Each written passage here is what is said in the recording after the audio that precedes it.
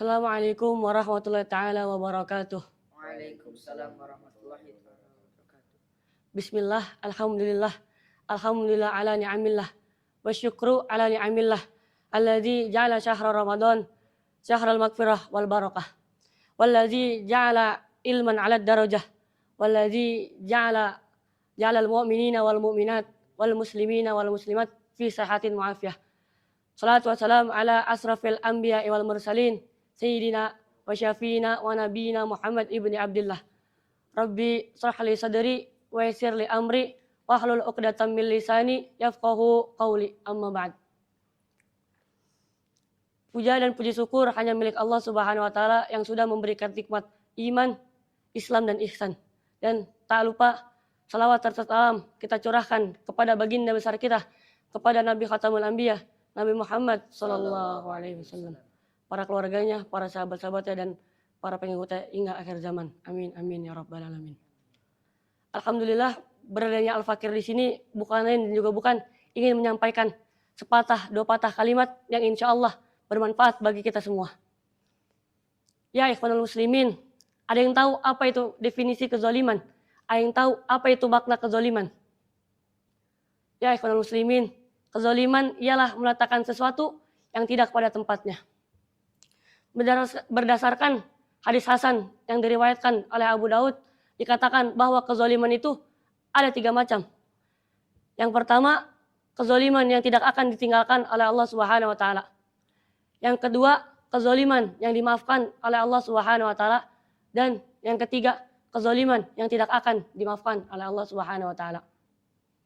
Yang pertama, kezaliman yang tidak akan ditinggalkan oleh Allah Subhanahu wa taala ialah kezaliman yang terjadi di antara hamba-hamba Allah dan masing-masingnya akan dituntut oleh Allah Subhanahu wa taala.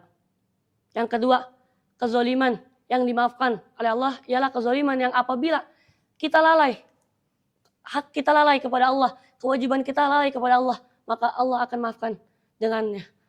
Dan ketiga, kezaliman yang tidak akan dimaafkan oleh Allah adalah kezaliman yang membuat hati kita tersyirik, yang membuat hati kita ingin murtad, yang membuat hati kita ingin menyekutukan Allah Subhanahu wa taala. Ya ikhwanul muslimin, Allah tidak akan menzalimi hamba-hambanya. Karena itu Allah tidak akan menghukum kecuali dengan keadilan yang penuh dan tidak akan menghukum orang-orang baik yang bertakwa. Ya ikhwanul muslimin, qala Allah Ta'ala fil Qur'anil Karim, a'udzubillahi minasyaitonir rajim, bismillahirrahmanirrahim, wa ma lizzalimina min nasir. Yang artinya, dan bagi orang-orang zalim sekali-kali tidak ada seorang penolong pun. Ya ikhwanul muslimin rahimakumullah. Maksud dari ayat Al-Quran di atas ialah apabila kita menyembah selain Allah, apabila kita menyekutukan Allah, maka tidak ada seorang penolong pun yang akan menolong kita di akhirat nanti.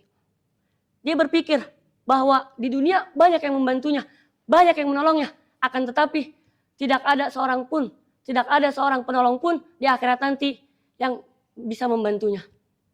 Qala Rasulullah sallallahu alaihi wasallam, az-zalamatu wa a'wanuhum finnar.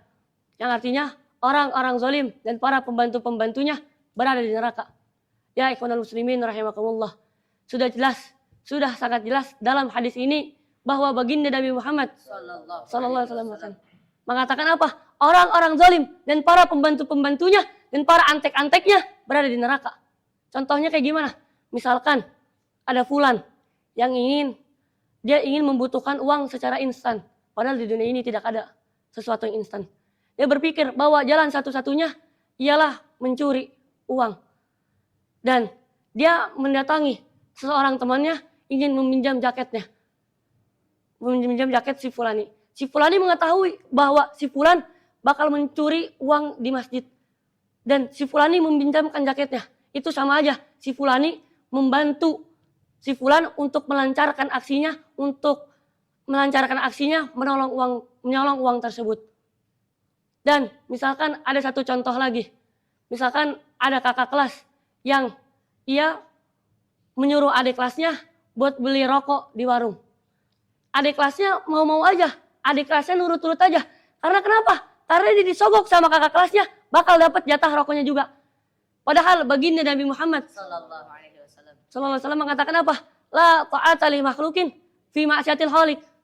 Tidaklah kamu taat kepada makhluk di dalam maksiat kepada Sang Pencipta. Ya ikhwanul muslimin rahimakumullah.